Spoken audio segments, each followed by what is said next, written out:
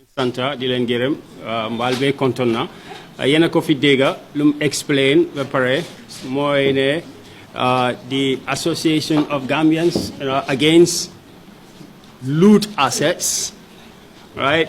There are loot assets and a lot of things going on in town, but you know xam ngeen ne lu ko gën a taxamu jóg nit yi jóg ba di wax mooy report boo xam ne génn na leeral boo xam ne omput kenn ci Gambian bi ne njuut jaar na ci affaire yi assets of Yaya Jammeh how naka lañ ko disposé parce que Jammeh commission moo daan investigate ba pare nga am assets yoo xam ne nguur bi decide ne dinañ ko jaay loolu nag nu mu demee moom lañ nettali by the Republic newspaper bu ñoo wax Republic ba dëkk bi yëpp di laajte lii naka la mun a xewee ñun tam dafa mel ni loolu moo ñu tax a jóg man moom xam ngeen ne maa ngi ci woon for 8 years di ko wax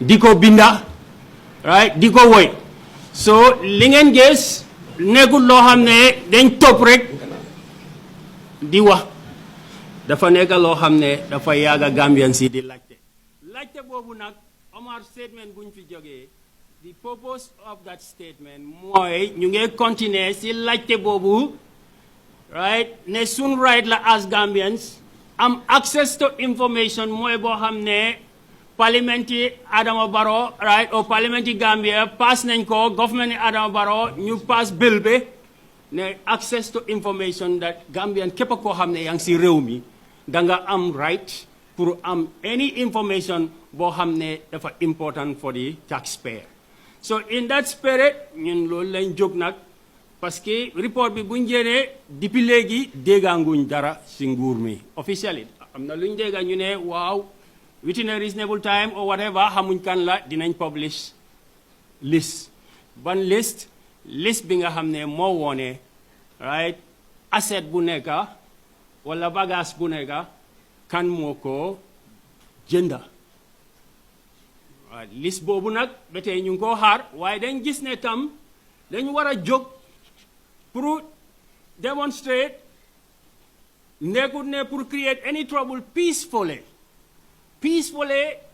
right si jàmma right ak naka si jàmma ak si lu dem si yoon pour wone Gambian si ne am na loo xam ne am na soxla si ñun ñëpp xam ngeen ne report bi bu mu génnee ba tambe du justice minister waxoon na ne assets yu fa nekka ci report bi dem na almost 300 plus properties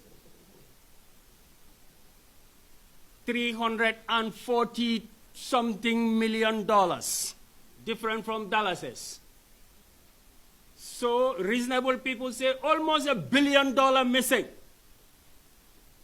ñu ne is a generational wealth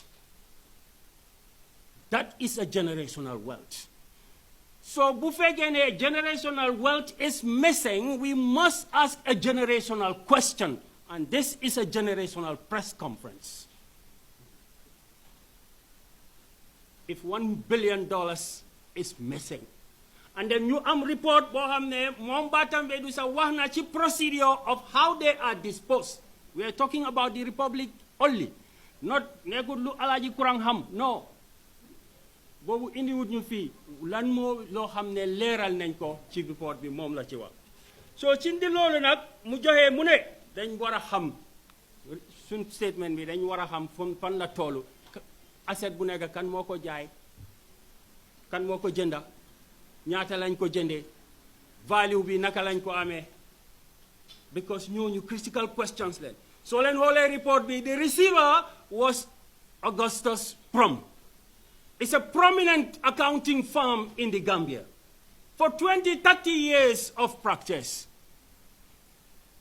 why we saw in the report Augustus Prom there were people complaining in the commission he gets 10% is too much ñu ne Batambe mu ne his term expired they remove him waaye dañ indi keneen koo xam ne it's a one-man company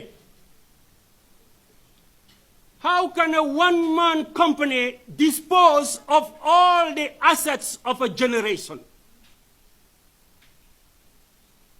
Alpha Capital, established in 2017, started selling 1 year later $1 billion of assets. There are questions to be answered. The former Justice Minister himself said in his statement to the Republic, yeah, if I help my family get a plot of land between janmeh Hotel and Palmarima, I didn't get it for myself as Justice Minister, but if I call and follow up the people doing that procedure, then yes, it might have been a conflict of interest. Come on, journalists. The Justice Minister already admitted to conflict of interest. But we are saying that is more than just one man's statement of admission of conflict of interest. It is incumbent, an obligation on every Gambian.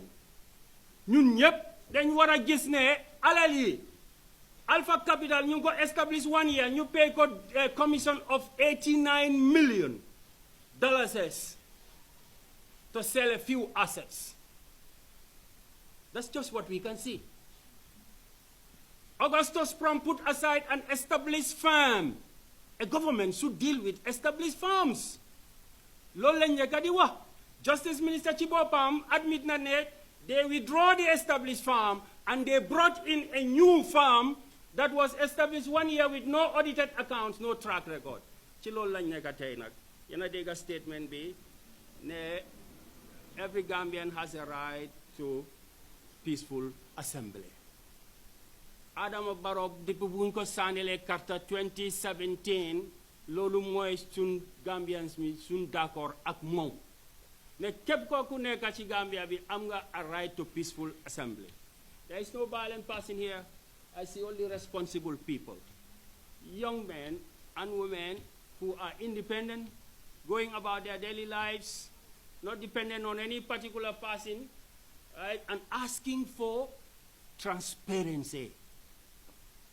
You know, Barrow bugut lendem.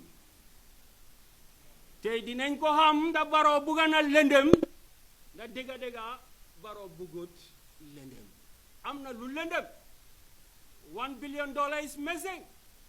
Assets have been sold. Shares. Look at it. Let's look at this story. Go back to the Republic. Gum Petroleum. 17% of a mere company on paper. Sold to Social Security and other parastatals and took cash from them of $300 million. And here are people sitting online talking about small corruptions.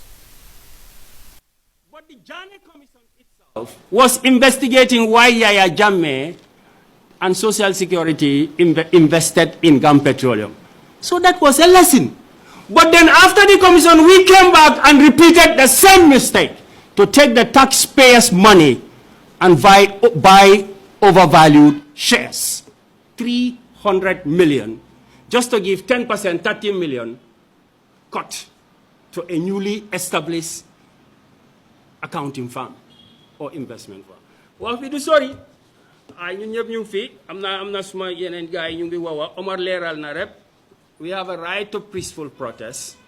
There's peaceful protest based. We're going to have no son as a Gambian see one nine ko dega above this room. The guy, the villager in Wellingara should know what is happening. That we have an inheritance of a whole generation. All the TDA is your inheritance. There are more questions to be answered.